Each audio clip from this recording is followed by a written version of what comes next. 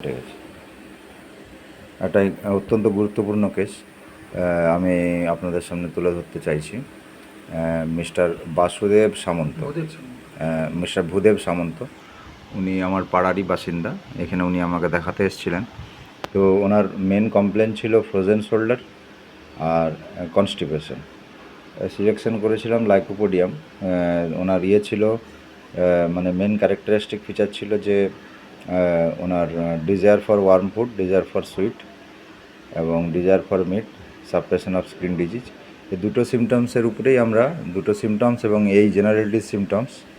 বাকি এইখানে case taking আছে ওনার মেন্টালিটির একটু ডিকটেটোরিয়াল, মানে উনি সেলফ ডিসিশন নেন, হ্যাঁ, এবং he can not tolerate injustice.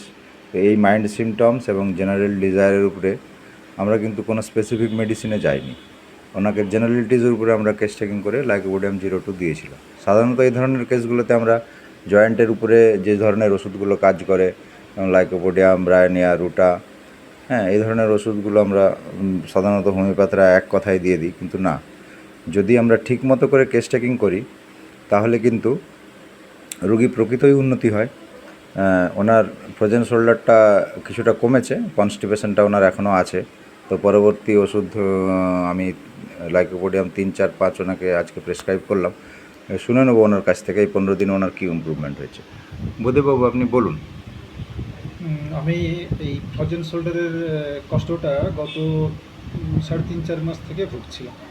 তারপরে আমার এক বন্ধু বললেন যে এখানে ডক্টর চ্যাটার্জি আছেন, ওনার সঙ্গে যোগাযোগ করতে পারেন। সেই মতো আমি গত 23/5/2024 এখানে এসে ওনার থেকে ওষুধ নিয়ে যাই এবং উনি যে ওষুধটা দিয়েছেন আমি সকালবেলা খালি পেটে আর একবার 8টা সাড়ে 8টার দিকে রেগুলার খেয়ে যাচ্ছি গত 15 দিন ধরে। এতে আমার কিছুটা ইমপ্রুভমেন্ট হয়েছে বলে আমি আশা করছি, মানে লক্ষ্য করছি। তো আপনার যদি 100 কষ্ট থেকে থাকে, এখন 100-র মধ্যে কতটা রিলিফ হয়েছে বলে মনে হয়? 75% তো বটেই। তাহলে আমরা বুঝতে পারছি যে একটা পারফেক্ট মেডিসিন সিলেক্ট করলে 15 দিনের মধ্যে হোমিওপ্যাথি ওষুধ কিন্তু 75% রিলিফ করে দিচ্ছে, যেখানে হয়তো ব্যথার বড়িরাও ফেল করে যায়। সুতরাং এই পদ্ধতিটা যদি আমরা ফলো করি, যারা স্টুডেন্ট, যারা আমরা আমাদের জুনিয়র স্টুডেন্ট, তাদেরকে আমি একটাই বলবো যে আপনারা ওই গতানুগতিক পদ্ধতি ছেড়ে আপনারা ক্লাসিক্যাল হোমিওপ্যাথিটা শিখুন এবং কিভাবে মানুষের উন্নতি করা হয়, কিভাবে মানুষের এতে উন্নতি হয় সেইটা দেখুন। এই আমরা জেনারেলিটিস একটা পেশেন্টের তার যে ডিজায়ার, অ্যাভারশন, সমস্ত কিছু সিমটমসের উপরে মেন্টাল সিমটমস একটা টোটালিটি যখনই আমরা তৈরি করতে পারবো, এই টোটালিটি পিকচারই মানুষকে রিলিফ দিতে পারে। ধন্যবাদ ভূদেববাবু, আপনার অনুমতি নিয়ে আমি ভিডিওটা রেকর্ডিং করলাম। এটা স্টুডেন্টদেরকে আমি শেখাবো এবং তাদেরকে আমি ফেসবুকে শেয়ার করব, কারণ আজকের ক্লাসিক্যাল হোমিওপ্যাথিটা উঠে যাচ্ছে।